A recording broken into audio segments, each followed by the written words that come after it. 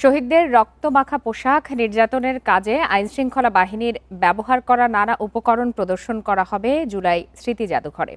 কর্তৃপক্ষের আবেদনে 1 মাসের জন্য এগুলো দেখানোর অনুমতি দিয়েছে ট্রাইব্যুনাল।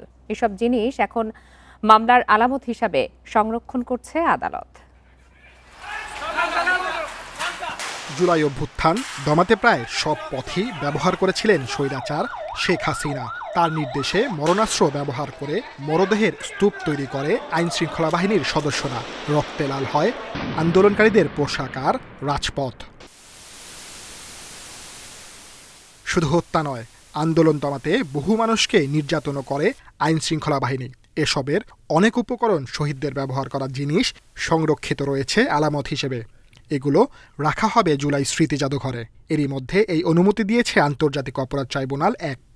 ট্রাইব্যুনালে যে সকল মামলা ইতিমধ্যে শেষ হয়েছে অথবা চলমান আছে, সেখানে যে ম্যাটেরিয়ালসগুলো সিজ করা হয়েছে, ধরেন গুলি, তারপর অস্ত্র, বিভিন্ন রক্তমাখা পোশাক, অথবা যে সকল চেয়ারে এই নির্যাতনগুলো করা হয়েছে, এই জুলাই গণঅভ্যুত্থান স্মৃতি জাদুঘরে ট্রাইব্যুনালের মামলায় সিজকৃত আলামত ওখানে তারা রাখতে পারবে এবং তারা এটাকে এক্সিবিট করতে পারবে, প্রদর্শন করতে পারবে। আলামতগুলো প্রদর্শনের জন্য আবেদন করে জাদুঘর কর্তৃপক্ষ। সেই আবেদনে সাড়া দিয়ে 1 মাসের জন্য অনুমতি দেয় ট্রাইব্যুনাল।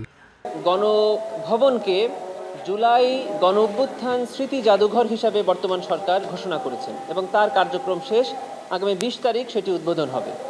2024 সালের 5 আগস্ট শেখ হাসিনা ভারতে পালিয়ে যাওয়ার পর তার বাসভবন গণভবন দখল করে বিক্ষুব্ধ জনতা। এই গণভবনকেই জাদুঘর করার উদ্যোগ নেয় অন্তর্বর্তী সরকার।